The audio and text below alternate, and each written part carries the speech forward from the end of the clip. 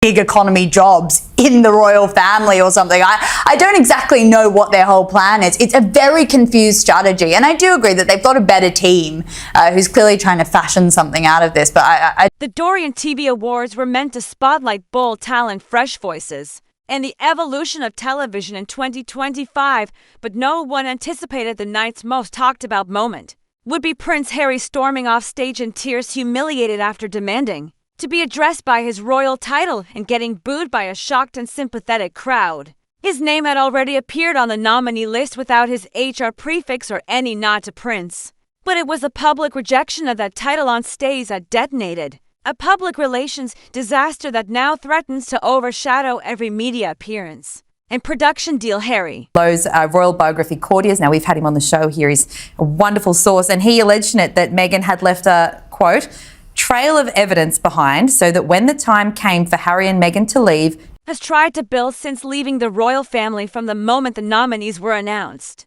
And Harry Windsor appeared on the list. Murmurs began circulating across social media. Insiders at the venue noticed Harry pacing backstage, visibly upset over the nameplate placed in front of his seat and the graphic displayed during rehearsals. He kept asking, "Is this a mistake?" One event coordinator reported he was clearly rattled.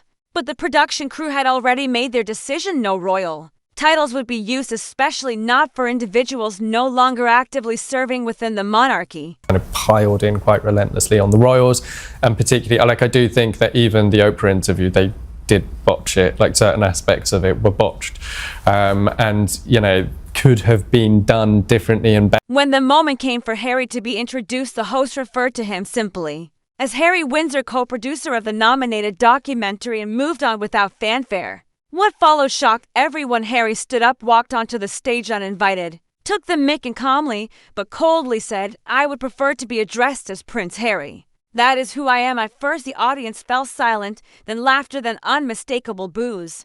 A slow, unsettling chorus of disapproval filled the room. Harry froze, then abruptly stepped back, nodded, and exited the stage as cameras scrambled to follow him. Change it retrospectively or row it back. So obviously they botched, Meghan botched how she described that story. So I'm not, it's so insanely intense being a royal, for all of them, including William, including Kate. The incident was not part of the show's scheduled programming. Within minutes, television insiders, publicists, and award attendees were frantically texting updates. Two media outlets, the incident was confirmed and replayed across entertainment networks and social media by morning. The footage, now viewed by millions, shows a man once seen as regal now reduced to demanding relevance in a room that was unwilling to grant it. According to backstage sources, Harry left the venue without engaging with press or stopping for photos. Bits and pieces as a safeguard to protect yourself. The problem is not the operation to protect herself. The problem is the operation to try to destroy everybody else, which didn't come out for several years. But there's always been this thing that Meghan's kind of intimated that she's got receipts. He reportedly broke down in a private holding room, telling staff that the treatment was disrespectful and disgraceful. Some crew members overheard him on a phone call, presumably to Meghan, telling her, "They embarrassed me in front of the whole industry." Meghan was scheduled to appear via short pre-recorded video praising Harry's work and acknowledging his growth since stepping back from royal duties. The video was never played. Producers later confirmed Meghan's clip had been withheld due to technical complications, but insiders claimed it was quietly pulled following Harry's outburst. She was giving an interview and she said, "I've never signed anything, so I can say whatever I want." So she's always had this tendency to give these kind of slightly veiled threats that she's sitting on this bombshell. There's one point I think they suggested they'd found the their diaries that they kept during these periods. So they've always had. Fearing it would appear tone deaf. Amid the audience's sharp reaction, several publicists at the event agreed. One talent manager stated bluntly, "The room turned. It wasn't just booing, it was rejection. They didn't see a prince, they saw entitlement. This rejection wasn't just symbolic." Harry's own family in a context when no one was fighting back. And so they may well still be sitting on unused material that Harry says he'll never share. But it kind of doesn't matter anymore, because even if they did, It exposed a long-standing criticism of Harry's public life post-royalty. The contradiction between abandoning official royal duties and yet clinging to the privileges, the titles, and the elevated status those roles provide. His insistence on being called Prince Harry has long been a point of contention in royal and media circles. Of course, I should say, if it were true that she had, let's take away the cynical aspect just for argument's sake then and say that she was safeguarding it. If it were true, has it been an effective strategy for her to collect that information? Did the quote that... But this time the disapproval wasn't whispered behind palace doors or written in tabloid headlines. It was delivered face to face by the very industry. Harry has been trying to break into observers say that humiliation may have long-term consequences. The Sussex's Hollywood brand already facing headwinds following the collapse of their Spotify deal. And growing doubts about their Netflix viability now looks more fragile than ever. Your Royal Highness, Meghan Markle, congratulations to you both. Thank you. Can we start with the proposal and the actual moment of your engagement? When did it happen? How did it happen? It happened a few weeks ago, earlier this month, here at our cottage.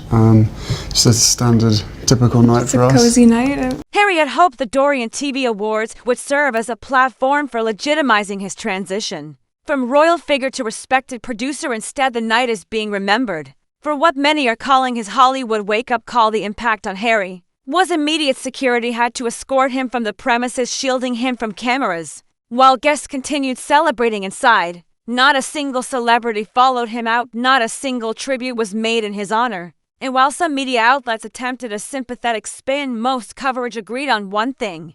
Prince Harry's night ended not in triumph, but in tears of fallout from Prince Harry's disastrous appearance at the 2025 Dorian TV Awards is now echoing across continents. Not just entertainment headlines for a man who once stood beside world leaders and received standing ovations for his speeches on mental health and veterans' welfare. Being booed at a Hollywood awards show has left an undeniable scar. And natural and very romantic. He got on one knee. Of course. Was it an instant yes from you?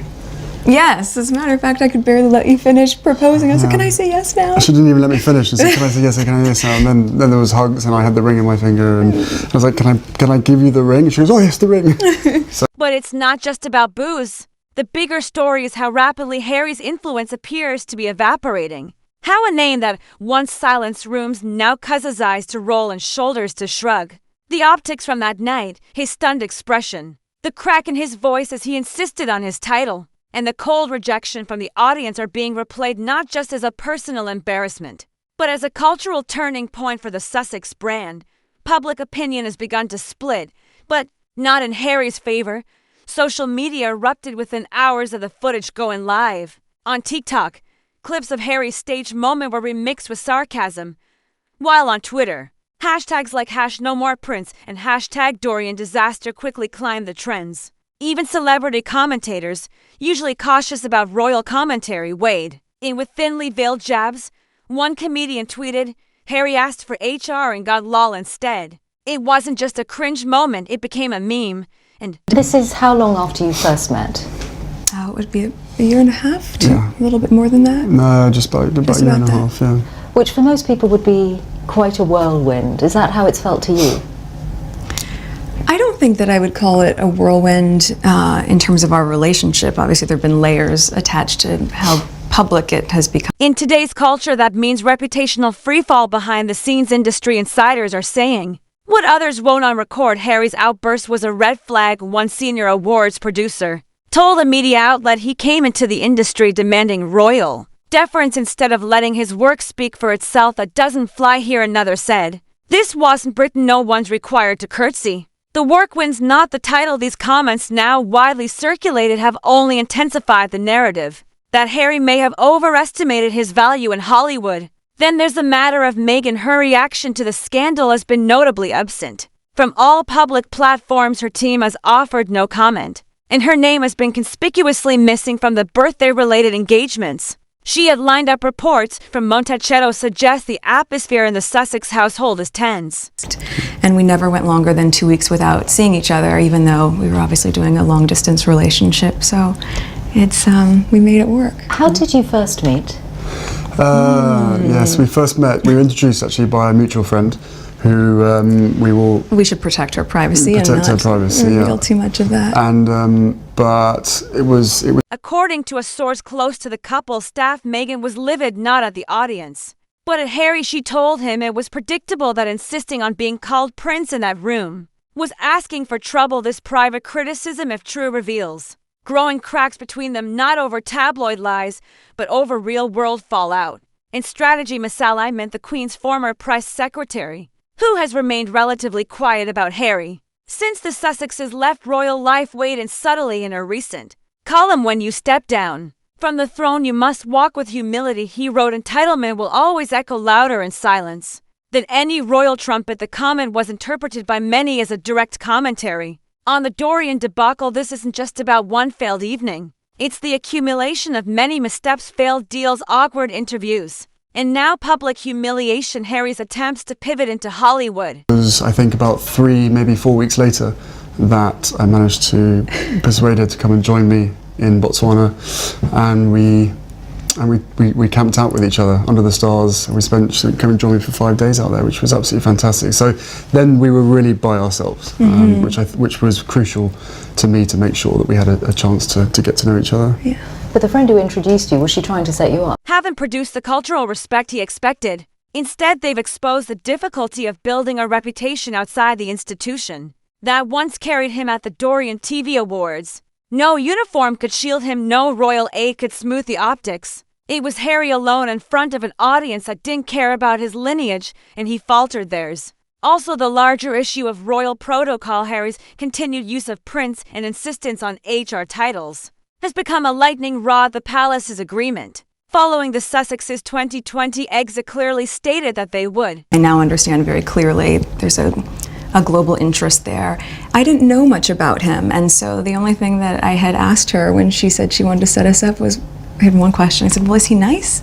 Because if he wasn't kind, it didn't seem like it would make sense. And so we went and met for a drink, and then I think very quickly into that. We not use their HR titles in any professional capacity. By publicly demanding recognition under a title he agreed to drop, Harry may have reignited tensions, not just with the public, but with his family back in the UK. One palace aide anonymously told a tabloid if there was any chance of reconciliation, that moment on stage put a nail in it. The event's producers have since issued a measured statement saying, Working, and we just said, right, where's the gap?